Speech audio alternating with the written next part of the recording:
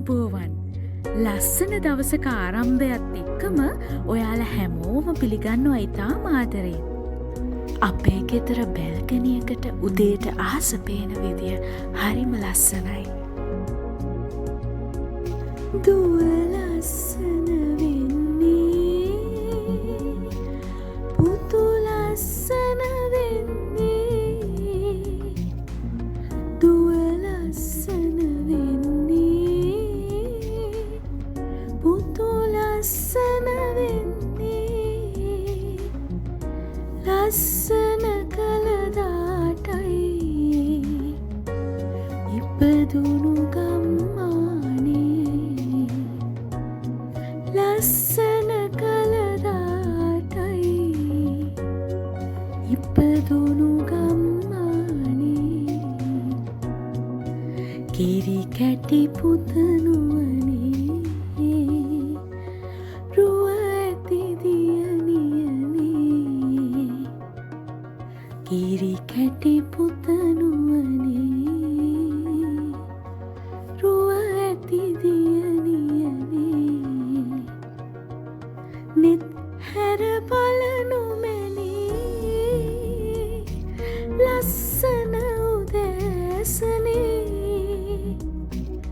කිරි කැටි පුතනුවනේ, රුව ඇති දියණියනේ,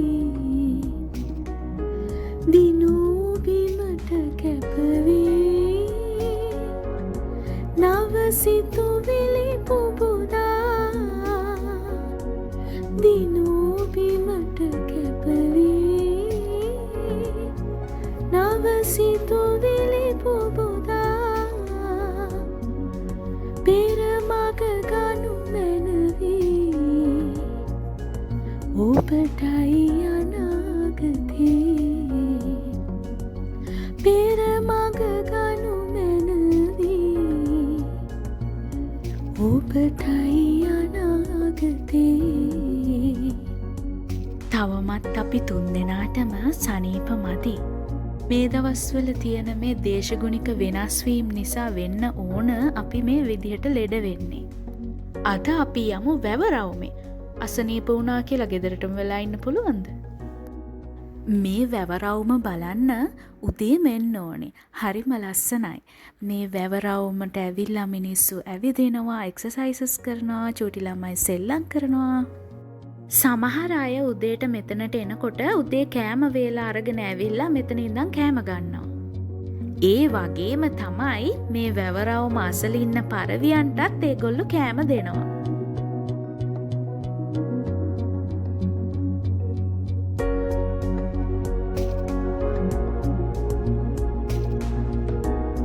ලොකු සිටි එකක් මැද්දෙද මේ කියලා පුදුමත් හිතෙනවා. ඒ තරමට පරිසරය හරිම ලස්සනයි.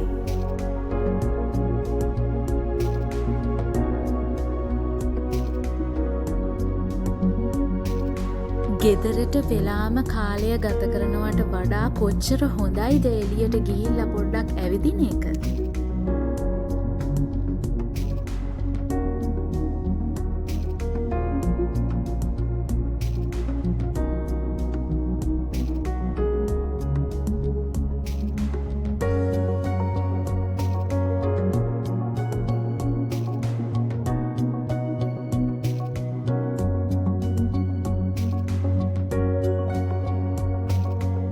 ෆිල්ටර්ස් දාලා නෙවෙයි මේ නැචරල් ලුක් එක.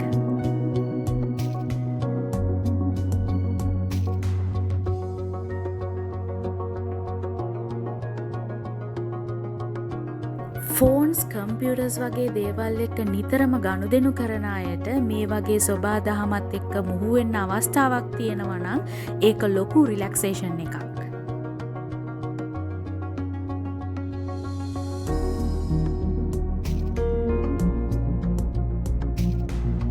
චූටි බබාලව තරුණ අයව විතරක් නෙවෙයි, ගොඩාක් වයසට ගිය ආච්චි අම්මලව සීයලවත් මේ වගේ තැන්වලට එක්කගෙන එනවා පරිසරය බලන්න. පරිසරය බලන්න විතරක් නෙවෙයි, ලොකු ෂොපිං මෝල්ස් වලට, රෙස්ටරන්ට්ස් වලටත් ඒ ආච්චි අම්මලා සීයලව එක්කගෙන යනවා.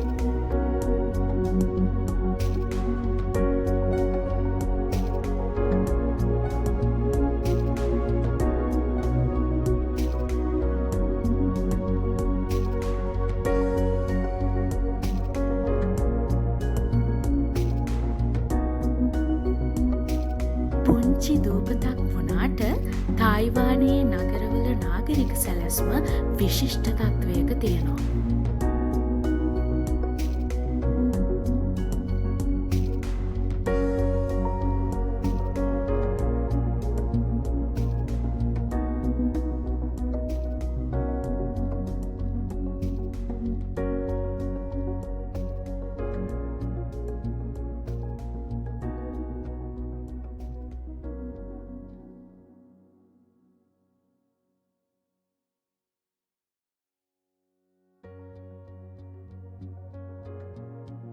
මේ වැවේ ටිකක් ඈතට වෙන්න අපිට පේනවා තාරාවෝ පාත්‍යෝ එහෙම ඉන්නවා.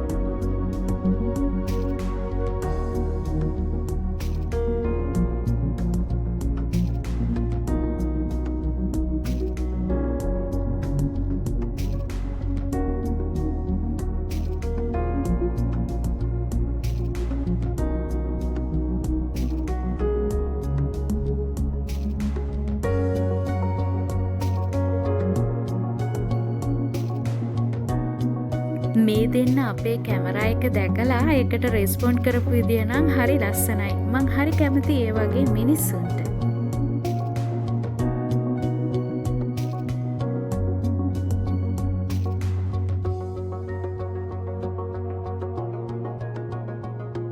කෙනෙක් මොකක් හරි දෙයක් අලුතින් කරන්න පටන් ගත්තාම ඒකට ධනාත්මක වගේම ඍණාත්මක ප්‍රතිචාර ලැබෙනවා. ඒ ලැබෙන ධනාත්මක සහ ඍණාත්මක ප්‍රතිචාර දෙවර්ගයම අපි හොඳට ඇනලයිස් කරලා තමයි තේරුම් බේරුම් කරගන්න ඕනේ. අපි අලුතින් දෙයක් කරන්න පටන් ගත්තාම කරන්න ඕනේ විශේෂම දේ තමයි තමන්ව විශ්වාස කරන එක. ඒ විශ්වාසය මත තමන්ට යන්න පුළුවන් උපරිම දුර යන්න.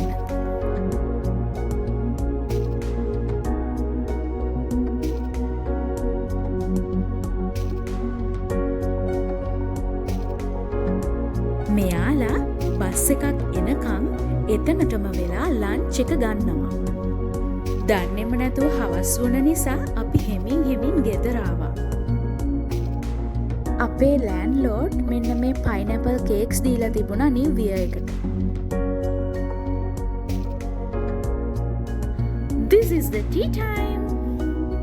හස්බන්ඩ් ගෙදර එනකොට අනිවාර්යෙන්ම මොනවා හරි කන්න බොන්න අරන් තමයි එන්නේ.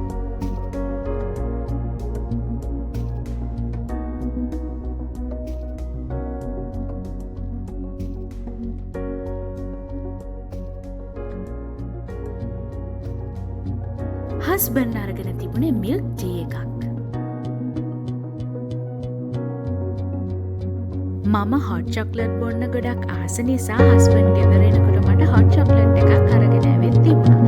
මේ ස්ටාර්බක්ස් එකේ හොට් චොක්ලට් එක හරිම රසයි.